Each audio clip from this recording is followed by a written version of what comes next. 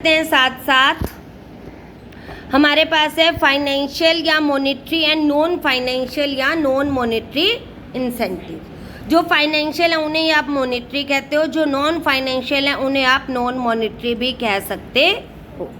तो एम्प्लॉयज़ को मोटिवेट करने के लिए हम कोई भी इंसेंटिव्स देके उन्हें एज ए मोटिवेटर यूज़ कर सकते हैं। इंसेंटिव क्या है? सबसे पहले आपको 1 मार्क्स में ये भी पूछा जा सकता है, what are incentives? Is that power which motivates an employee toward a set target. एक टारगेट को अचीव करने के लिए जो एक एम्प्लॉय को क्या करता है, मोटिवेट करता है। These incentives are classified as financial and non financial. In the context of financial and non financial motivator, it is said that financial and non-financial incentives are required to motivate the workers for harder work, just as right of left foot both are essential for walking। जैसे चलने के लिए दोनों पैर जरूरी है ना, इसी तरह से फाइनेंशियल और नॉन फाइनेंशियल दोनों ही जो इंसेंटिव्स है वो जरूरी है।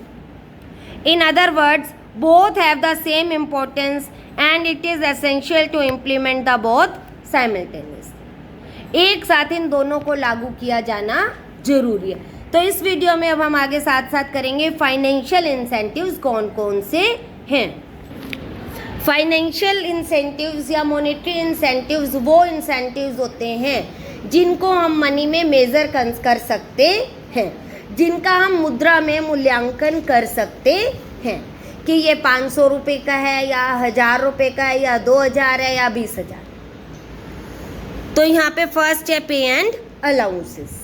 सबसे पहले एक व्यक्ति अगर जॉब में है तो वो उसकी फर्स्ट मोटिवेटर क्या है, उसकी सैलरी। तो pay and allowances are the chief monetary incentives for every employ.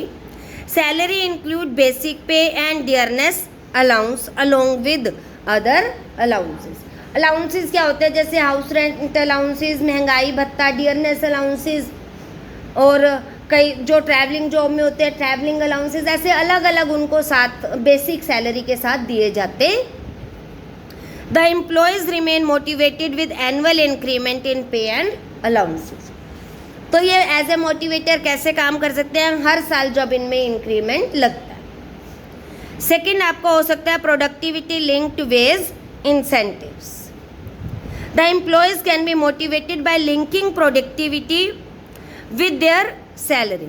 In other words, the increment in salary will be in direct proportion of increase in productivity। जैसे जैसे उत्पादन बढ़ता है, प्रोडक्शन बढ़ता है, उनका योगदान बढ़ता है, वैसे उसी रेशो में ही उनकी सैलरी और अलाउंसेस भी इंक्रीज होने चाहिए। Bonus refer to that payment to employees in addition to their regular remuneration, which is paid as a reward for their good services। जो उनके अच्छे सेवाओं के बदले में उन्हें दिया जाता है। The bonus plan help in establishing cordial relation between owner and employee। Owner और employee के इससे रिलेशन भी अच्छे बनते हैं। These days the payment of bonus to employees is prevalent in almost all industries. हर उद्योग में अधिकतर बोनस दिया जाता है। ये क्या होता है? एक तरह से लाभ में एक हिस्सा होता है, जितना ज़्यादा लाभ होगा उसका कुछ % बोनस दे दिया जाता है, और उसे बोनस है या प्रॉफिट शेयरिंग है, ये मिलते जुलते ही रहते हैं। ठीक है। The payment of bonus may be in cash or kind. For example, an employee can be given in cash or send abroad in recognisation his services. उसको विदेश भेज दिया तो ये भी एज ए मोटिवेटर, ये खर्चा तो है ना वहाँ पे भी। इसके बाद रहता है आपका profit sharing. The earn profit of a business organisation is the outcome of efforts of 2 parties. जो लाभ कमाया जाता है वो एम्प्लॉयर और एम्प्लॉय मिलके कमाते हैं। तो लाभ की एक निश्चित % अगर एम्प्लॉयज़ को दी जाती है तो वो मोटिवेट होते हैं। ज़्यादा डिटेल से करने की ज़रूरत नहीं है। यहाँ से मोस्टली कोई भी एक पॉइंट देके पूछ लिया जाता है कि ये मॉनेटरी है या नॉन मॉनेटरी है। या एनी फॉर मॉनिटरी या any two any one monetary या नॉन मॉनिटरी ऐसे पूछा जा सकता है। या फिर कोई भी एक पॉइंट देके उसको डिफाइन करने के लिए कह सकता है, कमेंट करने के लिए कह सकता है। तो फॉर एग्जाम्पल प्रॉफिट शेयरिंग पे कमेंट कर रहा है, वो मांग रहा है आपसे, तो आप सबसे पहले यही बताओगे it is a monetary incentives use to motivate the employee. फिर बताओगे कि इसमें क्या करना है।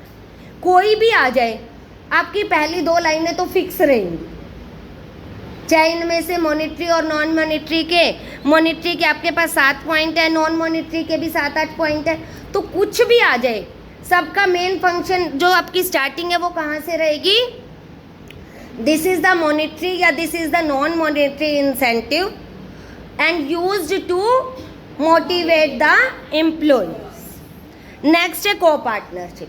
अब को पार्टनरशिप और प्रॉफिट शेयरिंग में क्या फ़र्क है? को पार्टनरशिप में एम्प्लॉयज़ से डिसीज़न लेते हुए भी थोड़ा सा डिस्कशन किया जाता है। जो इम्पोर्टेंट डिसीज़न लिए जाते हैं उनके डिसीजंस को भी फॉलो किया जाता है।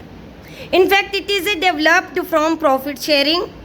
ये प्रॉफिट शेयरिंग से ही डेवलप हुआ है, जैसे कि इन्होंने बता दिया। को partnership is based on establishment of industrial democracy and workers participation in management. Under this plan, the employees provide their services to the company. They are also partner in equal equity capital. Consequently, the employees get dividend as well as participation in management. Besides their regular remuneration. Regular remuneration के साथ ये चीज़ें भी दी जाती हैं.